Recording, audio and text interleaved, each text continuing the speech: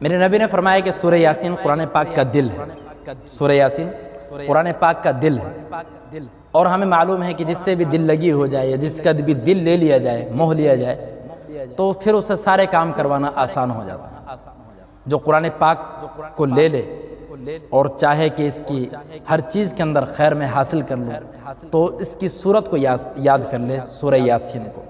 بلکہ حضور صلی اللہ علیہ وسلم نے فرمایا کہ میرا دل یہ چاہتا ہے، میرے نبی کی خواہش ہے، یہ ہر امتی کو اپنے نبی کی خواہش پورا کرنی چاہیے۔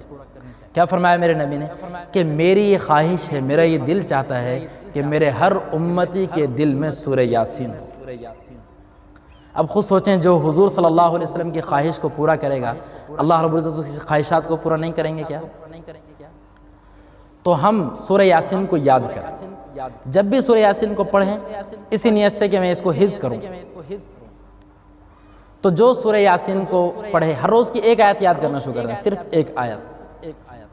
دیکھنا اللہ رب العزت کتنی جلدی سورہ یاسین یاد کروا دیں۔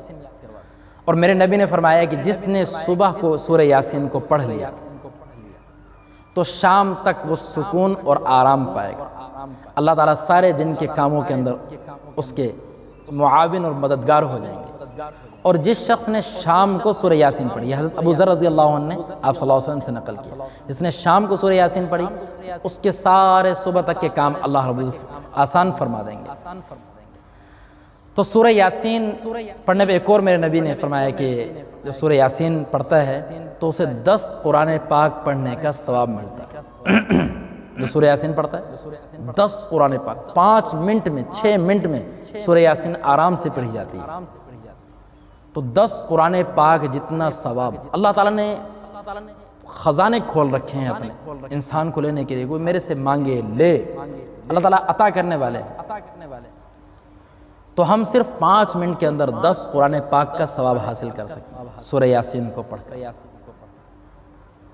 تو ہر روز اس کی تلاوت کرنے کی کوشش کریں، اب خود بھی یاد کریں، اپنے بچوں کو بھی یاد کروائیں، اور اپنے مردوں کو بھی پڑھ کر سورہ یاسین بخشیں۔